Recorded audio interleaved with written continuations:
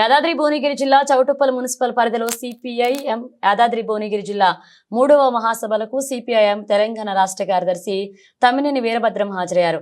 ఈ సందర్భంగా ఆయన మాట్లాడుతూ నేడు పార్లమెంట్ సమావేశంలో చర్చ జరుగుతుందని, ఒకే దేశం ఒకే ఎన్నిక దీనిని సిపిఎం పార్టీ వ్యతిరేకిస్తుందన్నారు. కేంద్ర ప్రభుత్వం అదానీ పైన కఠినమైన చర్యలు తీసుకోవాలని సిపిఎం పార్టీ డిమాండ్ చేస్తుందన్నారు. తెలంగాణ స్కిల్ యూనివర్సిటీ 100 కోట్ల రూపాయల ఇవ్వడం జరిగిందని, దావోస్ 12,400 కోట్లకు అగ్రిమెంట్ చేసుకున్న దానిపై ప్రజలకు వివరణ ఇవ్వాలని తెలంగాణ రాష్ట్ర ప్రభుత్వాన్ని డిమాండ్ చేశారు. కాంగ్రెస్ పార్టీ నాయకులు ఆత్మవిమర్శలు చేసుకుని ఇచ్చిన హామీలు నెరవేర్చాలన్నారు. దేశంలో ఇప్పుడు జరగబోయే శీతాకాల సమావేశాల్లో జమిలి ఎన్నికల బిల్లును ప్రవేశపెడతామని చెప్తున్నారు. ఇది రాజ్యాంగ స్ఫూర్తిని దెబ్బతీసే చర్య. ఇది మన దేశంలో ఉన్న ఫెడరల్ వ్యవస్థను బలహీనం చేస్తుంది, రాష్ట్రాల శక్తిని మరింత హీనపరుస్తుంది. ఒకేసారి ఎన్నికలు ఆర్థికంగా ఖర్చులు తప్పించుకోవడానికి కారణం చెప్తున్నారు. వాస్తవంగా వాళ్ళు తీసుకొచ్చే పద్ధతి ప్రకారం చూస్తే ఖర్చులు ఇంకా పెరిగే అవకాశం ఉంది.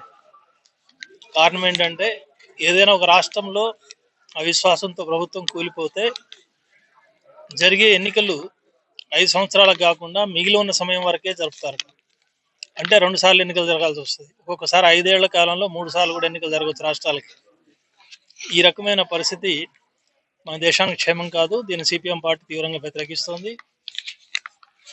అట్లాగే దేశంలో అదానీ అంబానీ యొక్క స్నేహం చాలా వికృత రూపం ధరిస్తోంది ప్రభుత్వంతో, ముఖ్యంగా ప్రధానమంత్రి మోడీతో.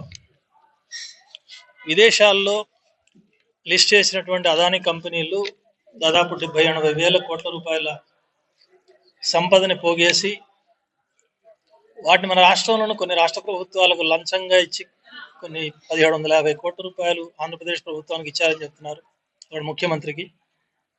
అట్లాగే గోవాలో, జమ్మూ కాశ్మీర్లో కూడా ఇట్లాంటి లంచాలు ముట్టినాయి అని చెప్తున్నారు. ఈ కుంభకోణం బయటకు వచ్చిన తర్వాత వెంటనే చర్యలు తీసుకోవాలి, అదానీ పైన అరెస్ట్ చేయాలి. కానీ అది చేయకపోగా ప్రధానమంత్రితో సహా వాళ్ళని సమర్థించే వైఖరి తీసుకుంటున్నాడు. అదానిని విమర్శిస్తే దేశాన్ని విమర్శించినట్టుగా బీజేపీ నాయకులు చెప్తున్నారు. ఇది చాలా దురదృష్టకరం. ఇప్పటికే పార్లమెంట్లో డిమాండ్ చేస్తున్నట్టుగా అదానీ పైన జాయింట్ పార్లమెంటరీ కమిటీ చేత విచారణ జరిపించాల్సిన అవసరం ఉంది, చర్యలు తీసుకోవాల్సిన అవసరం ఉందని మా పార్టీ డిమాండ్ చేస్తోంది. అట్లాగే అదే అదానీ తెలంగాణ ముఖ్యమంత్రి రేవంత్ రెడ్డి గారితో దోస్తీ చేసి 100 కోట్ల రూపాయలు ఇక్కడ ఏర్పాటు చేయబోయే స్కిల్ యూనివర్సిటీకి విరాళంగా ఇస్తున్నానని ప్రకటించాడు.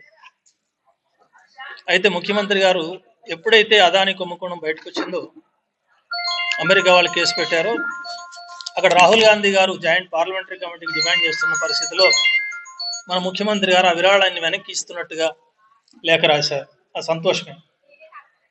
కానీ ఇక్కడ ఇంకో తిరకాసు ఉంది. ఇచ్చిన 100 కోట్ల విరాళాన్ని వెనక్కి ఇచ్చారు, కానీ ఆయనతో దావోస్లో జాయింట్ మీటింగ్లో 12,400 కోట్ల రూపాయల ప్రాజెక్టులకు అగ్రిమెంట్లు చేసింది తెలంగాణ ప్రభుత్వం. మన 12,400 కోట్లలో సోలార్ ప్రాజెక్టుల ఒప్పందం కూడా ఉంది.